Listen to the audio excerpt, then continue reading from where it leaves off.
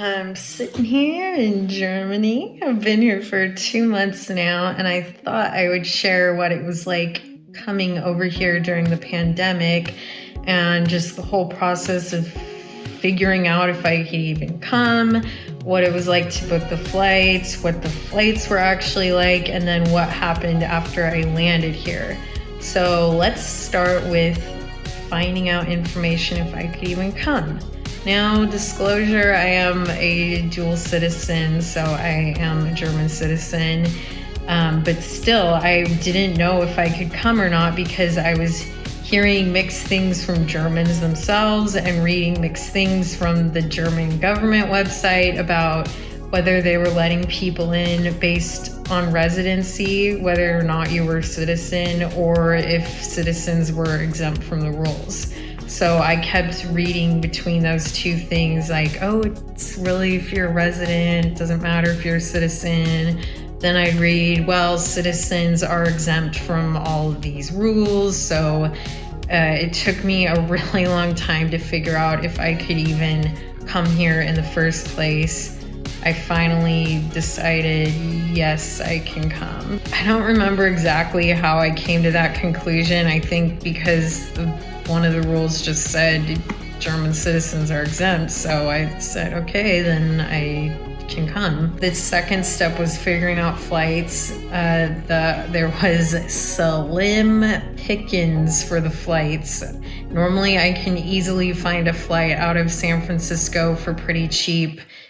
Maybe one stopover, not a big deal. There was like nothing.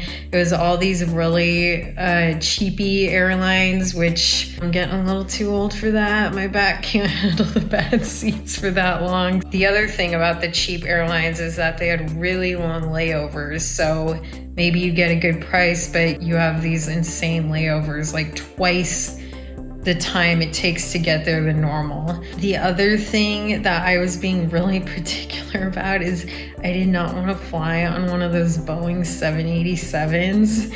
So I really only wanted an Airbus. So like the option list for me went from this big to this big. But I did check San Francisco, LA, Denver, San Diego, Sacramento, and Seattle. And I ended up picking a flight out of Seattle. So I flew from Sac to Seattle, and then the next day I flew from Seattle to Stuttgart. So figured out the flight. It was more expensive than usual. I mean, like way more expensive than usual.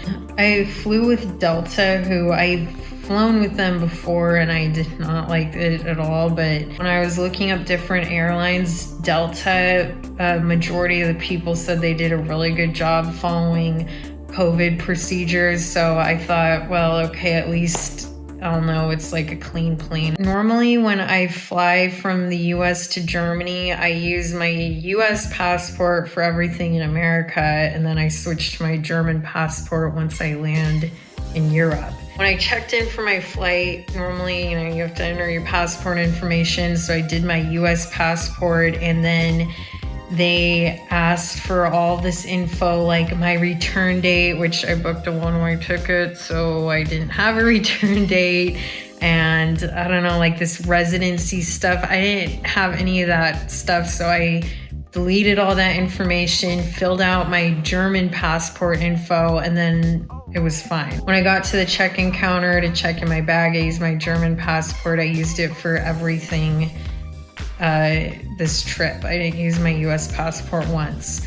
So when I got to my gate at Seattle, before I could board the flight, they made me fill out this paperwork saying I don't have any symptoms. They put a sticker on your passport and then you can board the plane. So that was all I had to do in Seattle. For the flight, if you were obviously traveling with people, you could sit together. If you're traveling by yourself, they made sure you had an empty seat next to you. So I had a whole row to myself. The plane was really not as empty as I thought. I had been reading all these like crazy stories about planes being nearly empty, and I don't know, I thought it sounded really nice, but my plane was kind of full for being COVID time, I thought.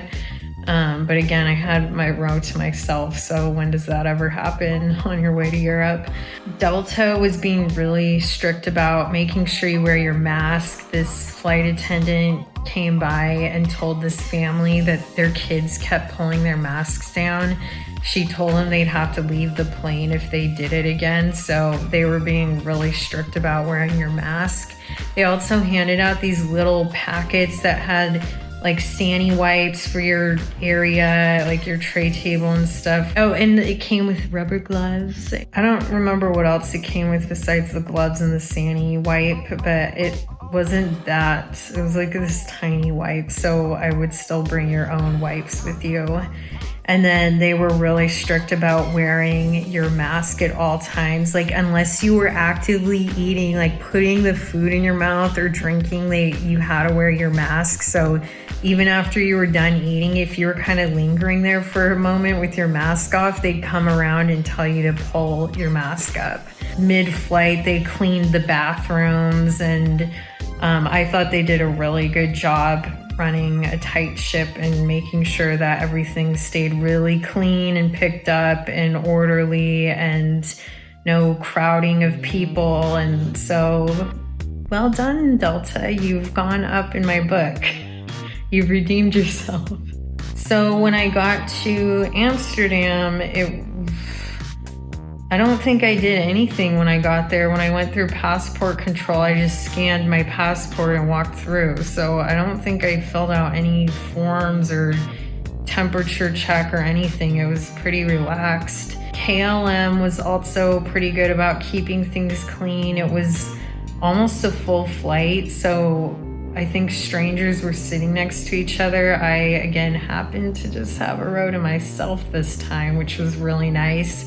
And KLM was really strict, especially at the end when you land. You know, everybody suddenly gets up and tries to pull their bags down. They made it so that you can only get up one row at a time.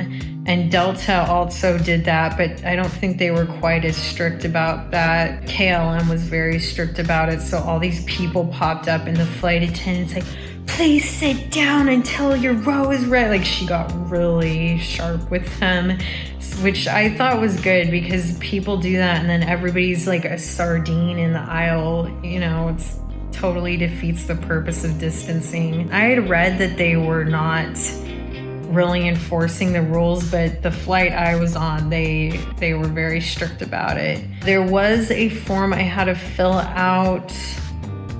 I don't remember if it was, I think it was on my Delta, I don't know, it was on one of the flights. They made me fill out this form, health declaration form, Ministry of Health and Wellness. This is the German side. And you just say no about all those symptoms. Completed truthfully on the date and the flight number, the seat number, your birthday, the date of the flight. Nobody collected this. I'm still hanging on to it in case I was supposed to turn it in somewhere, but it's been 2 months and nobody's missed it, so I think it's fine. So when I landed in Stuttgart, I could have just walked out of there and gone home. I don't know. Because I came from a risk area, the US, I had to get COVID tested, which they did for free because I was from a risk area. So you go outside of the airport in Stuttgart and then just around, there's like this other building you go into for the testing. But there was no way to really enforce it. Like I said, I could have just walked out of there. That one, you did fill out a paper that has like the address you're staying at, any other addresses you might be for the next 2 weeks, your birthday, all that stuff. So that one they did collect there. It was moving pretty quickly, but there was kind of a long line of people, so it did take some time to get finished. The test itself goes very fast. It's extremely bizarre feeling. They take a really long Q-tip and they swab the back of your throat and they kind of go like way down so you feel like choking or gagging or something.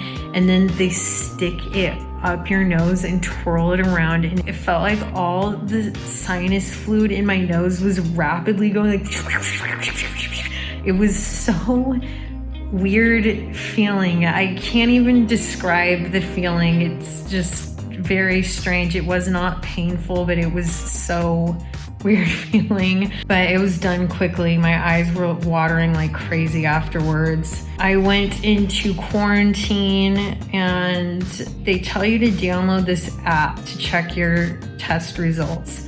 My phone would not download the app. It was not available in the App Store for me, I think because I have a US phone or something, I don't know.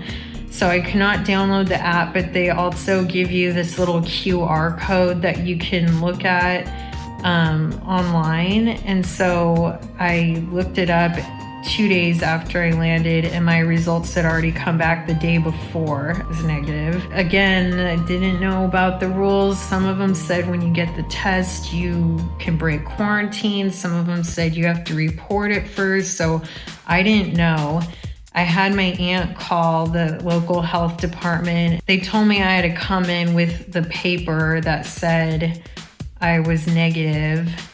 Another thing that I didn't know the information, they said you cannot provide the result where I saw that it was negative. They said was not proof. You had to give them the paper one that was supposed to be mailed to you. They said they'll mail it 5 days after the test. I don't know, I didn't get a paper one. They say the paper one is the one that you have to turn in. They told me to go to the town hall or something and give it to them. Then they called back later and said email the result, which I did. And then a few days later, I got an email back saying, okay, we received it. You can break quarantine now. The most difficult part of the entire process of coming here was trying to get the right information. There's so much conflicting information. You'll find it even on the same website, on the same page. One paragraph will say something, the next paragraph will say a contradictory thing. The most difficult part was just trying to figure out what was right and what was wrong and what you were supposed to do. Once you can figure that out, if you're not as picky about flights as I am and you'll go on Boeings and stuff, then I think the flight is going to be more expensive. Maybe you won't have as many options, but that's probably the second biggest thing to get over. And then the flight itself and the testing and all that was easy. So I am glad that I came here despite the headache and weeks of trying to figure out how to do it and what was right and what was wrong. I'm glad I'm here now. I felt totally safe flying. It's probably never been safer to fly because everybody's masked up. They're constantly going through the plane, cleaning and sanitizing. It's not as crowded as before. So I had really no qualms about flying right now during the pandemic. And once I landed here, it feels no different than back home. It's like the same restrictions. I just work, I go to the grocery store sometimes. It's just kind of nice to have a change of scenery. Well, that was my experience coming here during the pandemic. I don't know if this was helpful or not for you, but I just thought I would share my experience. If you decide to come here, if you're able to come here during the pandemic right now, hopefully some of this information will help you and you can just get an idea of what it was like to fly right now during these COVID times. Okay, see you next time. Bye.